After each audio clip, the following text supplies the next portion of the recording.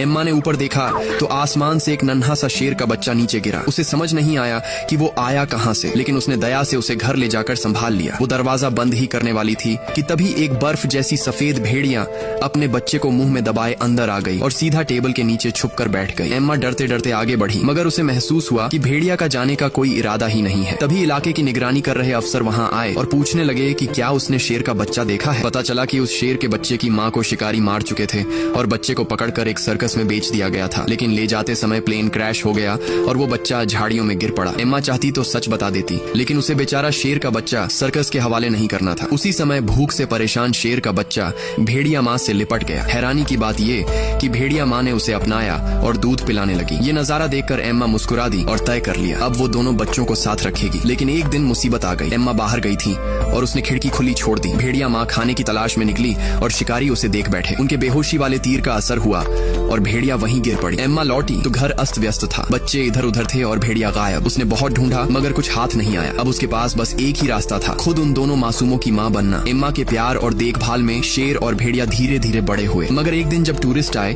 तो दोनों मासूम उनसे खेलने भागे। एम्मा घबराकर उन्हें रोकने दौड़ी, लेकिन ठोकर खाकर गिर पड़ी और बेहोश हो गई। अगले दिन जब होश आया तो वो अस्पताल में थी। सबसे पहला सवाल उसने यही किया, मेरा शेर और भेड़िया कहाँ है? डॉक्टरों ने बताया भेड़िए को तो रेस्क्यू सेंटर भेज दिया गया है, जहाँ उसकी माँ से भी उसकी मुलाकात हो गई, लेकिन शेर को वापस सर्कस ले जाया गया है, जहाँ उसे हर दिन इंजेक्शन देकर काबू में किया जा रहा है। एम्मा ये सुनते ही टूट गई। उसने अस्पताल छोड़ा और उन्हें ढूंढने निकल पड़ी। उधर किस्मत से सर्कस का दल भेड़िया बचाव केंद्र के पास से होकर गुजरा। शेर की करुण दहाड़ सुनते ही भेड़िया सब समझ गया। रात होते ही उसने जमीन खोदकर 4 दीवारी तोड़ी और भाग निकला। कई मील दौड़कर वो सर्कस पहुंचा और शेर को ढूंढ लिया, लेकिन लोहे का पिंजरा मजबूत था। उसने टहनी से खोलने की कोशिश की। शेर ने भी जोर लगाया, लेकिन टहनी टूट गई। शेर की गूंजती दहाड़ ने मालिक को जगा दिया। जैसे ही मालिक ने पिंजरा खोला, भेड़िया मौका देखकर उस पर झपटा और शेर को आजाद कर दिया। दोनों साथी फिर से मिल गए। वे दौड़ते कूदते खेलते जैसे कभी जुदा ही न हुए हों। इधर एम्मा हार नहीं मानी। उसने जगह जगह पूछताछ की और आखिरकार अपने दोनों बच्चों तक पहुंच ही गई। दोस्तों, आपको सबसे ज्यादा कौन सा जानवर अच्छा लगता है? प्लीज कमेंट में जरूर बताना।